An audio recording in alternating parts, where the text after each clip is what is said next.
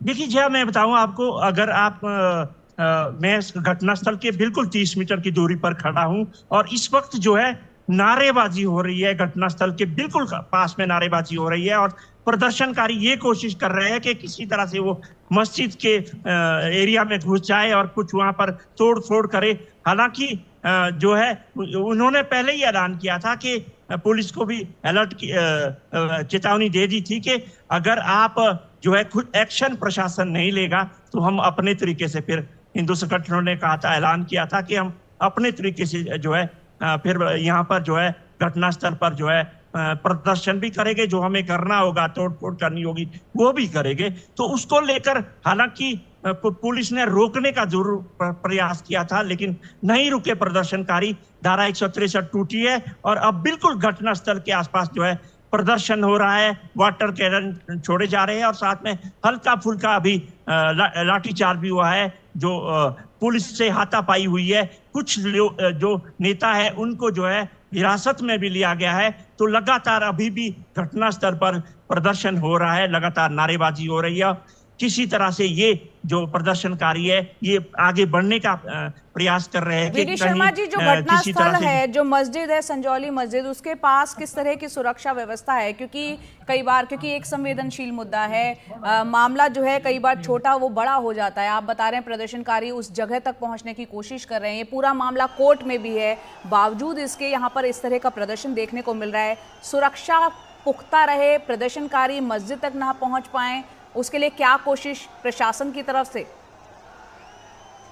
जया, पूरी तरह से जो है दोनों तरफ से बैरिकेडिंग हुई है इस एरिया में। ढली की तरफ से भी बैरिकेडिंग हुई है और दूसरी तरफ जो छोटा शिमला या लक्कड़ बाजार से संजौली की तरफ जो मूवमेंट होती है उस तरफ भी बैरिकेडिंग हुई है। लेकिन ढली की तरफ से जो है अभी जो प्रदर्शनकारी थे, क्योंकि ढली में 163 लागू नहीं थी, तो ढली की तरफ से, टनल की तरफ से मूव हुआ है ये और घटनास्थल की तरफ प्रदर्शनकारी बढ़े हैं। और आगे जो है ये करीब करीब जो है 10 मीटर की दूरी पर है घटनास्थल, जहाँ मस्जिद है उसके आसपास है। पुलिस जो है रोकने का प्रयास कर रहे किया पुलिस ने, और कुछ लोग अब वापस जो है ढली की तरफ भी मूव किए हैं, क्योंकि पुलिस ने समझाने का प्रयास किया है। मेरे पीछे अगर आप देखें, अगर आपको थोड़ी सी भी आवाज आ रही हो, तो प्रदर्शनकारी इस तरफ को अब मूव किए हैं, क्योंकि वहां पर हल्का फुल्का जो है लाठी चार्ज भी हुआ है और अब नारेबाजी करते हुए फिर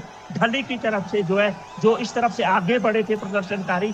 हालांकि ये भी कह रहे थे कि अगर इस एरिया को मस्जिद वाले जो एरिया है उसको अगर पुलिस या प्रशासन अपने कब्जे में भी लेता है तब भी वो सहमत हो जाएंगे। लेकिन अब जो है ये देखिए, आप मेरे सामने अगर आपको पीछे तस्वीर दिख रही होगी, तो प्रदर्शनकारी जो है घटनास्थल से जो है वापस ढली की तरफ मूव किए है।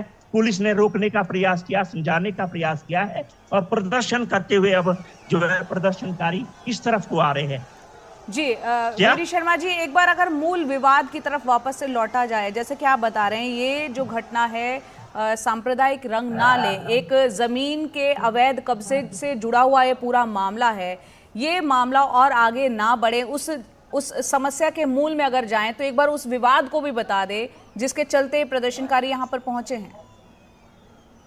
देखिए जया, मैं बताऊं आपको, यहाँ से कुछ ही दूरी पर जो है मल्याना है। मल्याना में मारपीट का मामला हुआ था कुछ हिंदू और मुस्लिम समुदाय के लोगों के बीच, और यहाँ से जो है ये जो है मूवमेंट शुरू हुई थी और वो आगे मस्जिद के विवाद पर पहुंच गई। प्रदर्शनकारी जो है हमारे हमारे प्रदर्शनकारी मेरे साथ है यहाँ पर हिंदू संगठन के भाई साहब। आपसे जानना चाहूंगा क्या वजह हुई कि इस तरह का मूव करना पड़ा? देखो, यहाँ से जो ये अवैध निर्माण किया गया है उसके खिलाफ बहुत सालों से हिंदू पूरी तरह सड़कों में आ चुका है। हिमाचल की जो जिनके अपने मंत्री ही अवैध निर्माण, इसको गिराना जाना चाहिए, गिराना जाना चाहिए। धीरे उन्होंने ये कहा लगा के आज पुलिस प्रशासन द्वारा। शर्मा जी, हम यहाँ पर देख रहे हैं किस तरह से यहाँ पर नारेबाजी फिलहाल हो रही है। जाहिर सी बात है, एक बेहद संवेदनशील मुद्दा और मामला जब कोर्ट में है तो बहुत ही संवेदनशीलता के साथ और पूरी जिम्मेदारी के साथ इस मुद्दे को समझना होगा। लेकिन यहाँ तस्वीरों में हम देख पा रहे हैं कि किस तरह से जो प्रदर्शन कर रहे लोग हैं उनको रोकने के लिए किसी तरह से माहौल जो है और तनावपूर्ण ना हो, सुरक्षा बल जो है उनको रोकने की कोशिश कर रहे हैं ताकि वो उस इलाके में उस घटनास्थल पर ना पहुंचे जिसको चलते पूरा का पूरा ये विवाद इस वक्त है। जी वीडी शर्मा जी, आप बताएं।